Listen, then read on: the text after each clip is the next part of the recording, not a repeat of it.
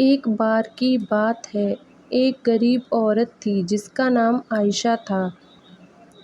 वह एक छोटे से गांव में अपने माता-पिता और छोटे भाई-बहनों के साथ रहती थी।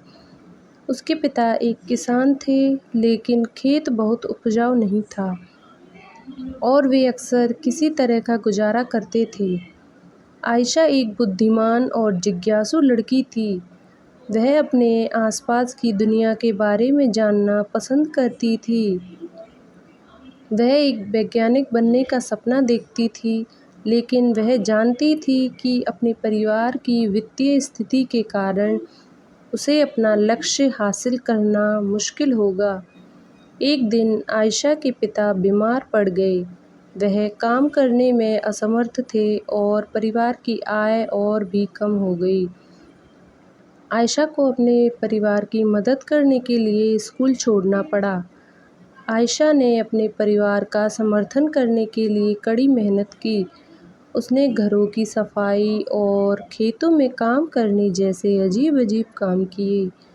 उसने स्थानीय बाजार में सब्जियां बेचना भी शुरू किया।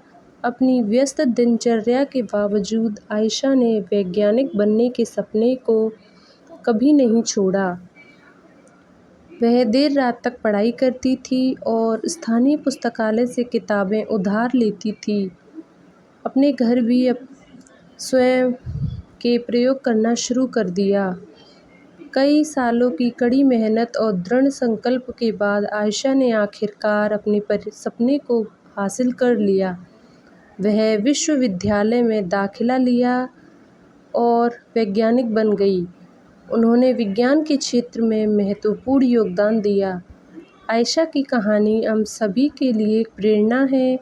यह दिखाता है कि अगर हम अपने दिमाग में रखते हैं और अपने सपनों को कभी नहीं छोड़ते हैं तो कुछ भी संभव है। यह भी दिखाता है कि हमारे जुनून का पालन करना महत्वपूर्ण है, भले ही यह मुश्किल हो।